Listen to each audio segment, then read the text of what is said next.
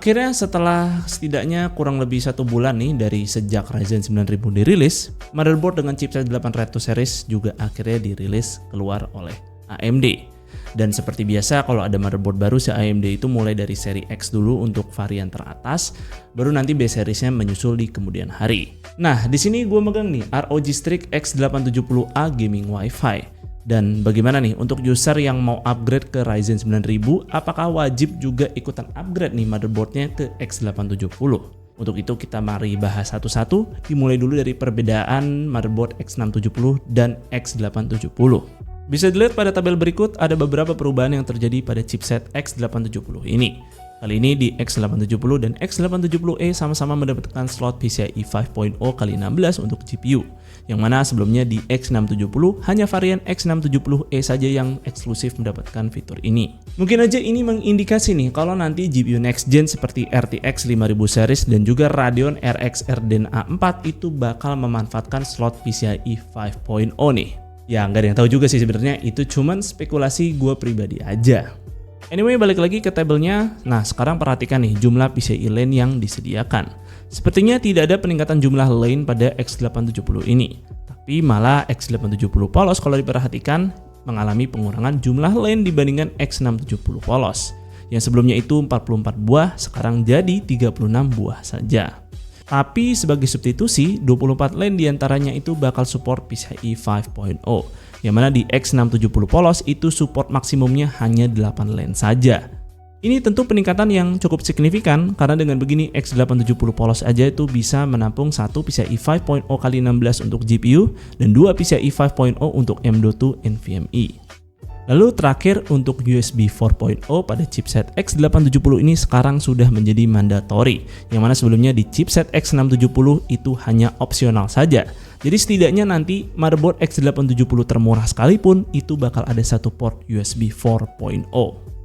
Kemudian secara diagram chipsetnya kalian bisa lihat sebagai berikut. Bisa di pause nih kalau kalian mau baca lebih lama.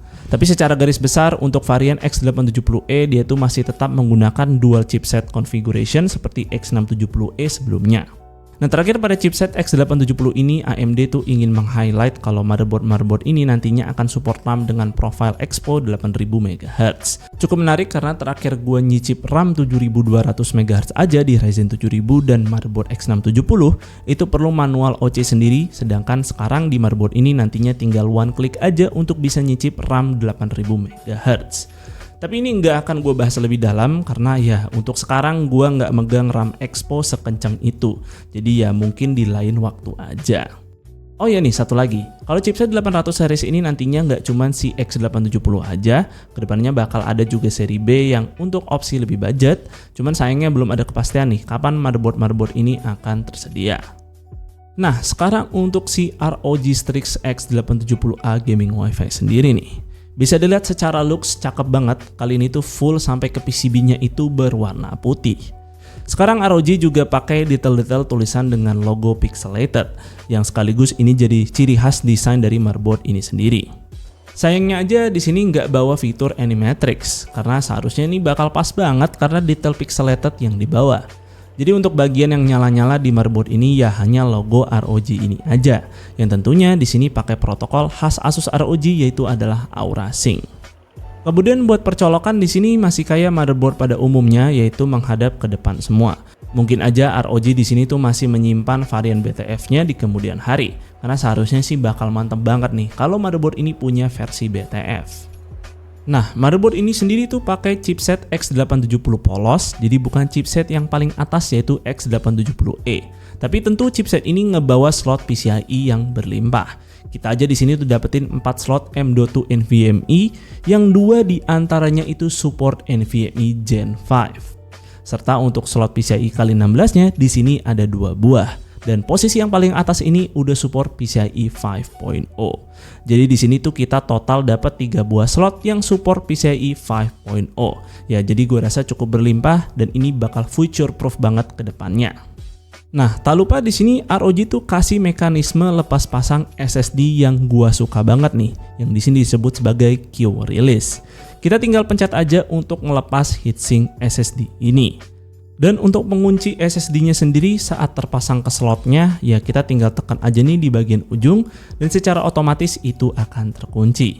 Dan lalu untuk melepasnya sendiri ya kita tinggal tekan aja penguncinya yang ada di ujung dan SSD-nya bakal bisa dilepas dengan mudah.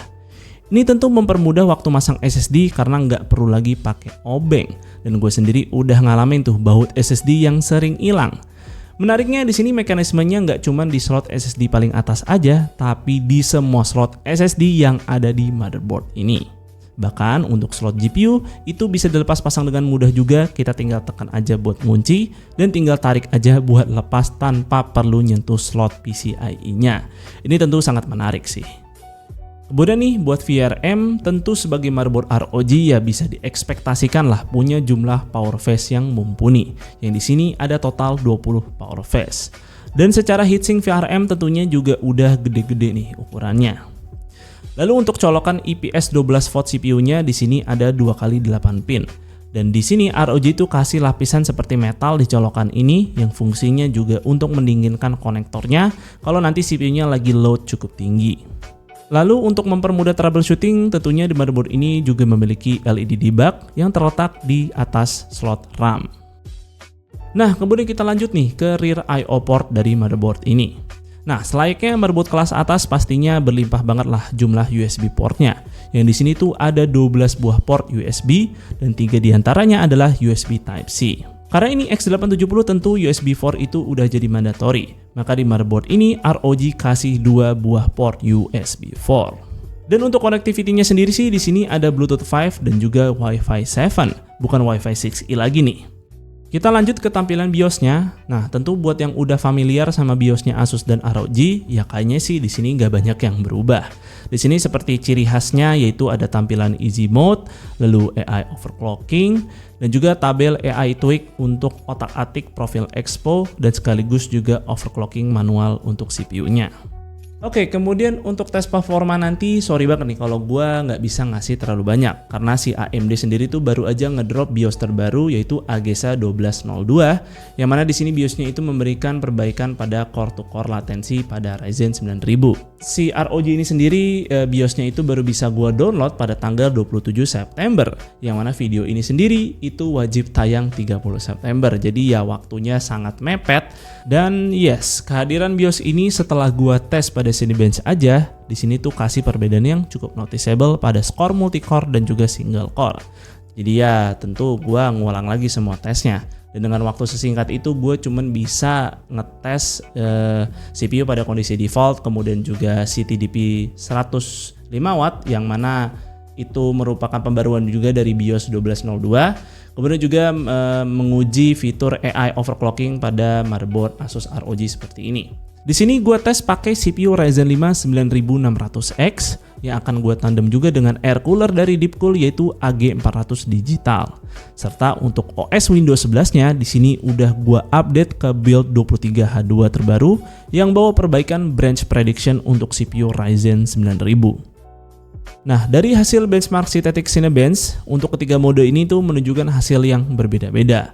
AI overclocking dari motherboard ini ternyata masih bisa kasih ekstra performa dengan headroom TDP yang sama-sama di 100 watt.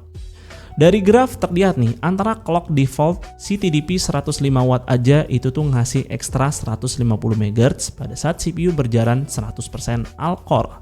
Nah, dengan fitur AI overclocking malah di sini masih bisa kasih ekstra nyaris 200 MHz. Tapi yang menariknya di sini nih.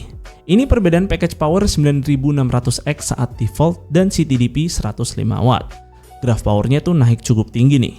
Nah, si AI overclocking ini ternyata malah punya power yang lebih rendah tapi kasih clock nyaris 200 MHz lebih tinggi.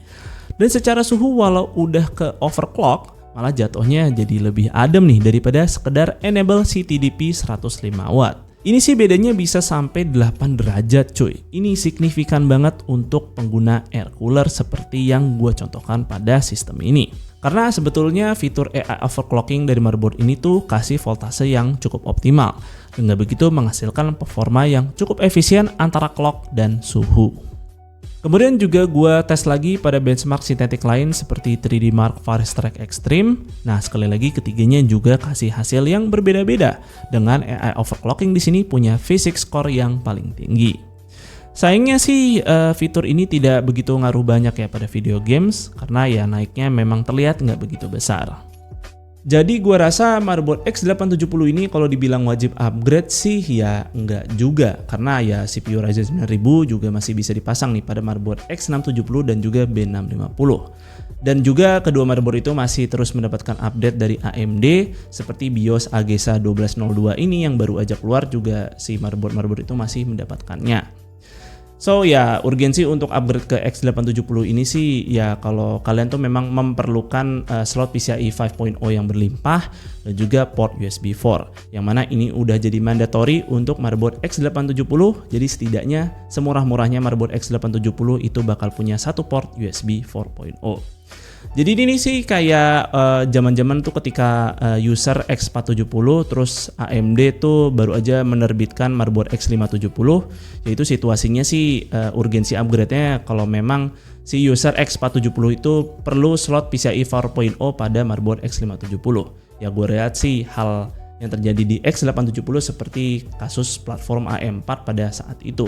Tapi tentunya buat user yang baru aja mau beli motherboard, khususnya untuk platform AM5, ya tentu kehadiran motherboard X870 ini nantinya akan menggantikan semua stok motherboard X670 di pasaran. Walau saat ini sih gue belum memiliki harga resmi dari ROG Strix ini berapa nantinya, tapi ya kalian bisa ekspektasikan sih untuk harganya pastinya tidak begitu beda jauh dengan motherboard X670 yang udah beredar di pasaran. Nah, buat motherboard ROG Strix X870A Gaming Wi-Fi sendiri, gua rasa di sini Asus memberikan beberapa fitur yang cukup menarik yang ditambahkan pada motherboard ini. Seperti secara looks di sini sekarang PCB-nya udah full white, jadi cukup menarik buat kalian yang pingin build PC full white nih sampai ke motherboard-motherboardnya. Kemudian juga untuk fitur Q Release sekarang semakin mudah lagi mekanismenya untuk lepas pasang. Dan juga di sini fitur Asus AI Overclocking yang mana gua baru pertama kali nyobain pada X870 ini ternyata ya bisa memberikan performa yang cukup optimal pada Ryzen 9000. Dan ini sih gua rasa akan memudahkan buat kalian yang memang tidak begitu mengerti overclocking tapi ya kalian pengen nih CPU-nya itu memiliki performa ekstra tanpa perlu paham overclocking itu apa. Dan ya si Asus AI Overclocking ini tadi gue udah coba sih ya dia cukup efisien untuk ngasih performa si Ryzen 9000X. Jadi mungkin kedepannya gue cukup tertarik nih untuk explore fitur ini lebih dalam. Apakah ini juga bisa dikombinasikan dengan fitur PBO milik AMD dan juga Curve Optimizer? Kalau bisa sih gue rasa fitur AI Overclocking ini sangat menarik nih. Dan mungkin segitu aja untuk videonya kali ini. Semoga video ini bermanfaat buat kalian. Jika kalian berkenan like dan share video ini dan jangan lupa subscribe channel Suka IT jika kalian gak mau ketinggalan kontennya. Dan jangan lupa juga follow Suka IT di Instagram dengan nama @suka_it. Gue Fadil dari Suka IT pamit undur diri. See you on the next video.